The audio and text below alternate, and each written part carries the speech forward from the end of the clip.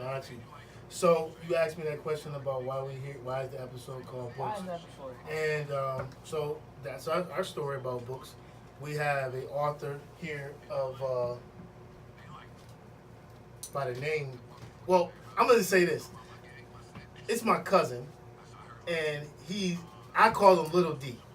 That's why I know him as Little D. He gotta give everybody names. And, No, that's a childhood This man name. is an author, and that is not But his name on his book. His title on his book is called Daryl Moore, And that's his name. and that's his name. Give my man respect. Put some respect on his name. Well, we're gonna respect on his name today, and then the Lil book's D called got a different kind of respect. He Was Innocent Then, Yeah. and I Confess. No, Is that? Am I saying that wrong? the name of it is Confessions of the Accused. That's the original name, but I revised it. This is a revised edition to Confessions of the Accused. It was the original edition came out when I had absolutely no control of it. So now that I got control, I'm releasing it again and doing it the right way. When did it first get released? Well, it got released 2016. 2016. Yeah. Okay. So we got So some. hold on, before you move on, what do you mean you didn't have control of it? I had absolutely no control. I was still incarcerated at the time. Okay. So just so I'm correct, you were giving somebody the information to. I gave somebody else control of my work. Okay. And then, do And it then you right. had to make your changes. Yes. Okay, understood. Only the Austins can do it right. Yeah. All right, so check it. We got some tough questions for you. I know you're ready to handle them. We literally got about 10 to 15 minutes, Man, shoot. but we want to capture this moment. First of all, I want to tell y'all this, like, I was choked up. So, coming up as a kid, this was me. Okay, I wanted to be like him. Okay. Like I followed him around. Okay, so to give you the backdrop, when he would get the night ones, when the ones was out, Yeah. I'm like, I gotta have them. Okay, when he would go to New Skateland, for people that don't know, 7 to 7, Yeah. yo, I wasn't Them supposed all to night? be there, but he was there, I'm going. Yeah. Oh, this was Big Bro. This was Big Bro. Okay. And so when he would, I ain't even talked to him about this today, or the past. I'm just letting him know now today. That particular moment, that era at that time, our family was big into a lot of things. Yeah. Okay? So following behind him, and he was following behind other people, watching people, kind of looking around, I'm looking at him the same way.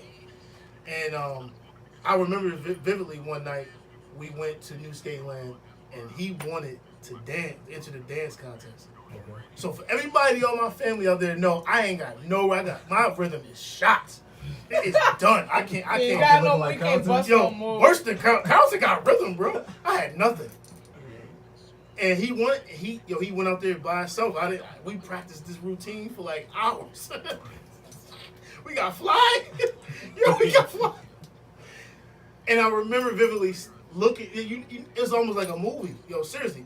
I remember looking behind the joint, and it's mad people. Picture paid in full. Oh, well, Ace walked Picture into paid in the- full. Okay, yeah. But being at New Skateland. I'm sneaking up behind him. He out there killing it. I don't know what he was dancing to, can't tell you. But I can only tell you this, that from that moment, I knew that I would have to step out on my own to do things. You know, I see he did it. You know what I'm saying? So I really just want to tell you that today. I appreciate you, cuz. Yeah. And so that's why another reason why I kind of stepped out on a limb when we got a podcast. Uh-huh. We first talked a couple weeks back, before me and you even talked, Okay. about T-shirts, Yeah. football leagues, all that shit. No question. And he said he had a book. I said, shit. Family got a book? I got to do something.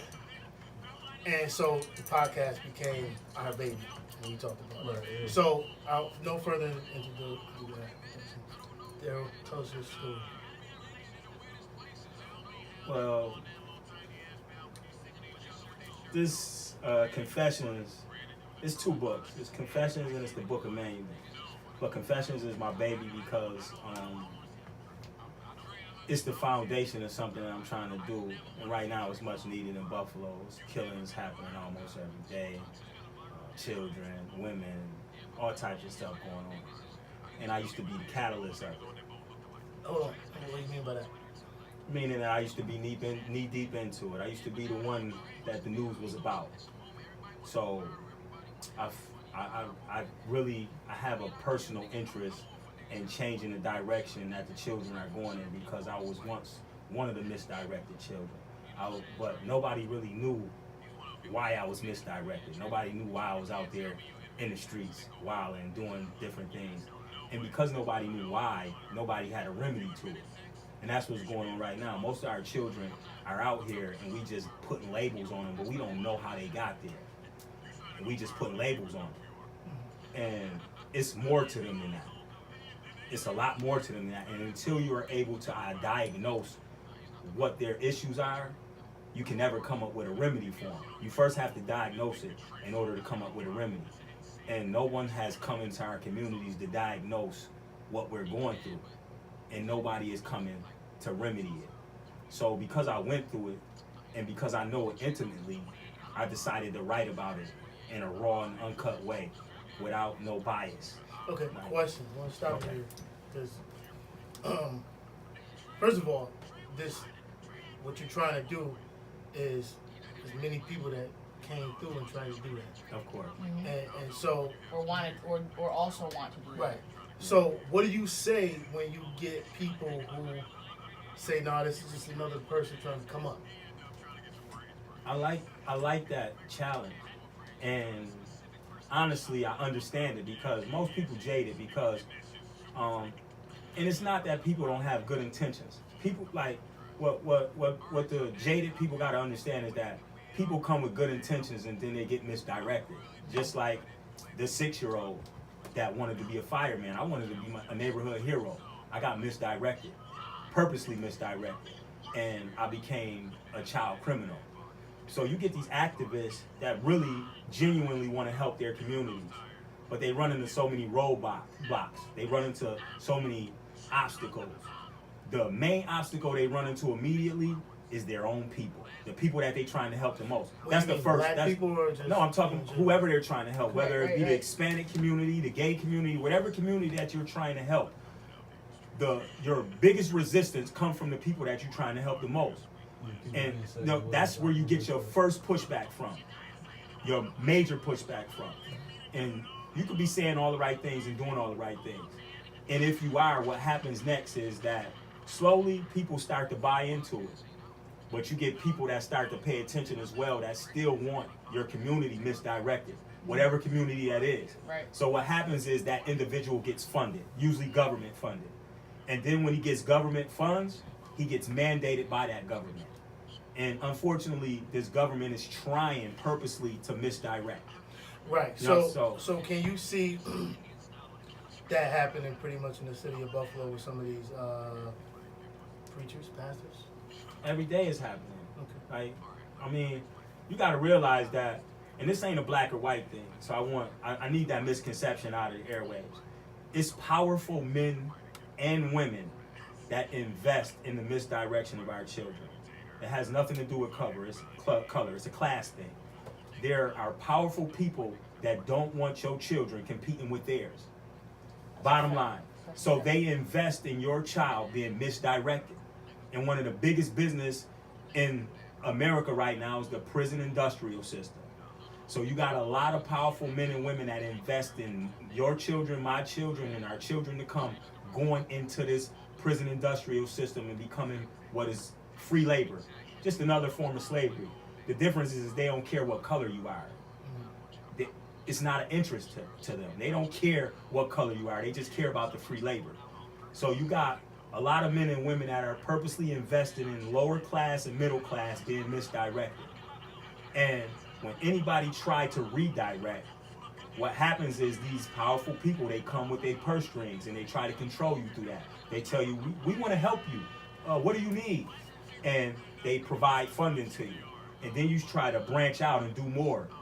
But then they come with a mandate. In order to get this funding, in order to keep getting this government funding, in order to do what you want to do, you got to shut up. So Can't say it quite like that. sorry to cut you off. So, do you believe that the Black Panthers was on that route of doing and funding everything themselves, so that they didn't have to worry about the government, and then the government somehow infiltrated that, and now we know. Yeah, that's the Wasn't that- COINTELPRO. wasn't That's the that broken up COINTELPRO like pay. drugs and No, things like that, it was an actual program, a federally funded program that broke up the Black Panther Party and all the other grassroots organizations back then. It's public information. You can foil it.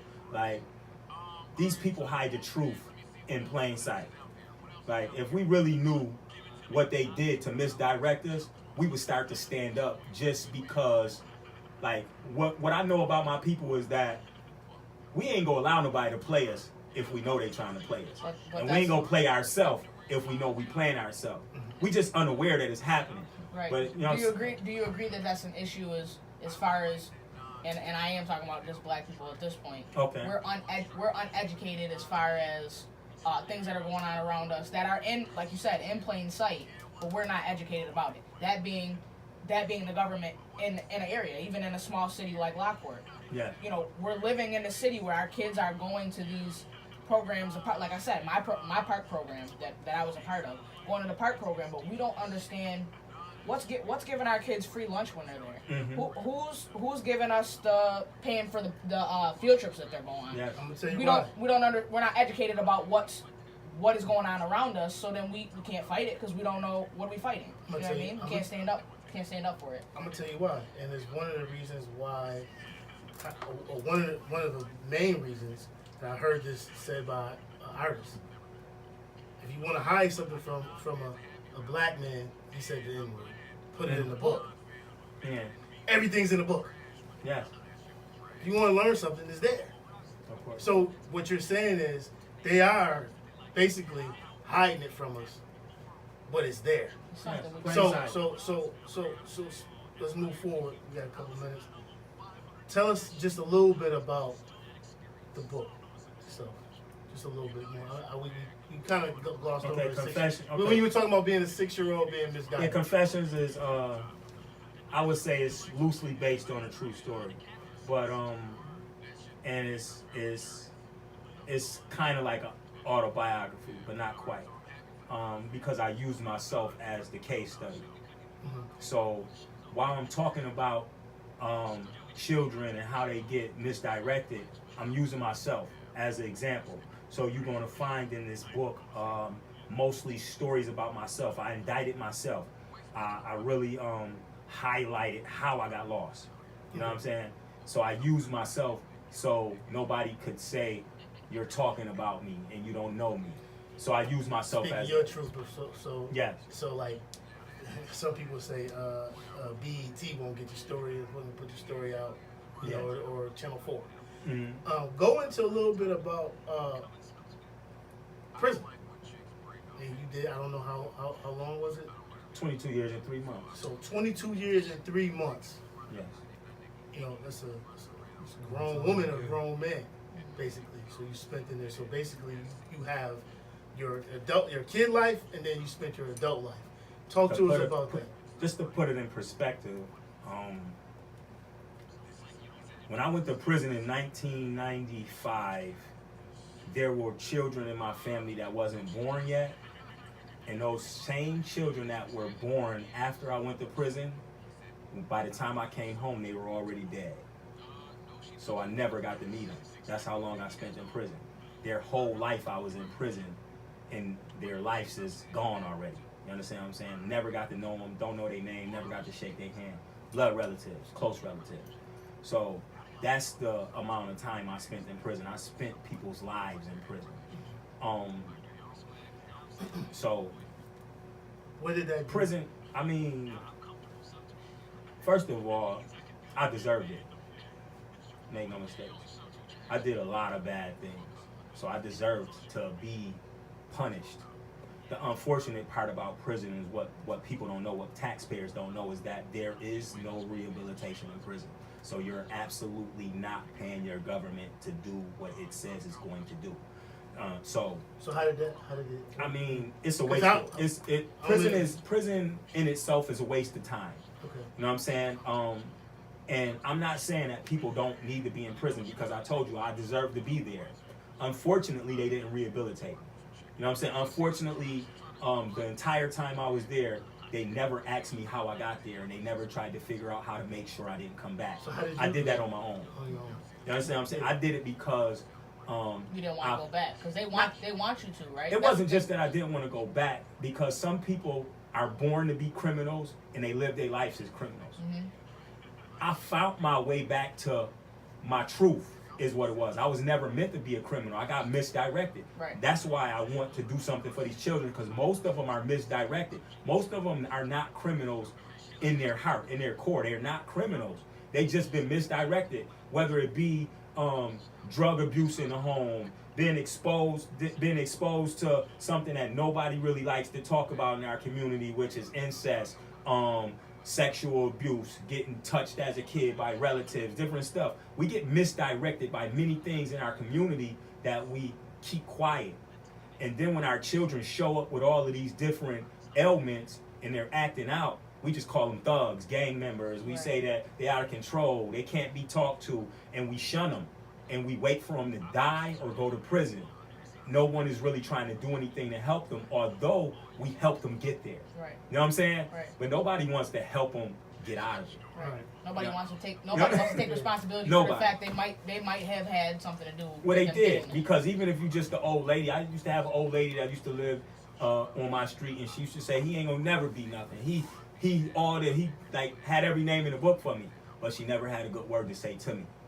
And maybe if she said a good word to me instead of a bad word about me, Right. then she could have gave me something different to live up to, Right. opposed to living up to her prophecy. You know what I'm saying? So she had just as much to do with it as others, Right. because she's seen something that she could have did something about, but instead she just decided that she's gonna sit there and complain about Right. it. She's gonna talk about it. She's gonna gossip about it, but she did nothing about it. Right. Gotcha. You know? Okay. Well, I think that was great. It was that, and I think that hit right home. Just want to say I'm proud of you, Thank you. and I really appreciate you going that route, this route here, and also finding yourself. You know, you got a lot more that we're going to accomplish and do. That's a fact. Yeah, I don't know. Like, Where can people Yeah, get the book? Where can people get the book? Well, right now, I'm having a book release on August 11th. The event is coming up this Saturday. It's going to be on Eggert Road, right on the corner of Eggert and Dartmouth. It's a church, but we're using the hall part of the church. It's called Cleve Hill Social Hall. Cleve Hill Social Hall. Yeah, it's You can also post this on the website for you too. no question, 546 Eggert Road. But it's from 4 p.m. to 7 p.m. It's this Saturday again. How you speaking there? Yeah, I'm really. It's not gonna be like speechy or preachy. It's gonna be more for, because some people just gonna come. They just want their books. They just want to come get autographed copy of their book. Maybe take a picture with the author and keep it moving. But for the people that stay, I'm gonna speak about a rollout plan of how to start to redirect our children again. They already been misdirected. We got to redirect. It's time for us to really take our neighborhoods back and pick up the baton that the Marcuses, the Malcolms, like they left an example of what to do and how to lead. But for some reason, we picked up complaining sticks instead of the baton. You know what I'm saying? So that's what. that's a fact. Complaining sticks. That's tough. Yeah, I'm still in that. That's So- the complaining sticks. Well, Yeah. cuz, Necessary. I appreciate you for coming. No question. Absolutely. Anytime. Can we You're- get the address one more time too? One more time? 546 Eggert Road. It's right at the corner of Eggert and Dartmouth. It's well lit, nice neighborhood. Can't miss it. It's a big church. It's August 11th, Saturday, 4 p.m. to 7 p.m. For sure. Make sure y'all check that out. Please check that out. Yo, so funny. I was just thinking about this. So, pulling up there Saturday, and it's probably going to be the first time that you meet Nas. Yeah, because, Yeah. yeah. It is. It's going to be a proud dad moment to get to see for me anyways. Yeah, no question. But It yeah, should be. so that's it. We made our Buffalo history today, Culture Visions podcast. No question. And Chapter my 1 cousin, today. and I'm always going to call him Little D. You guys D. can call him Daryl Moore. Daryl Moore. But we appreciate you guys, and Yeah. we'll see you next week. Best Before of we luck to y'all with this podcast, man. It's a beautiful thing, man. It's needed, man. Thank you. Thank you. Positive, Appreciate positive words and vibes is needed in the community, man. Absolutely. And again, so, it's a book, but it is a small business. Okay? Support that. Support that, please. Next week, we have another small business owner coming on. And we'll get into that a little bit further through the Instagram, Facebook, and kind of let you guys know about that.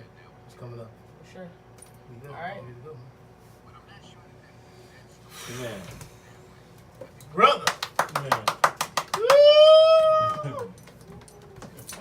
Yeah, man. Listen, I'm over here sweating like a damn. Man,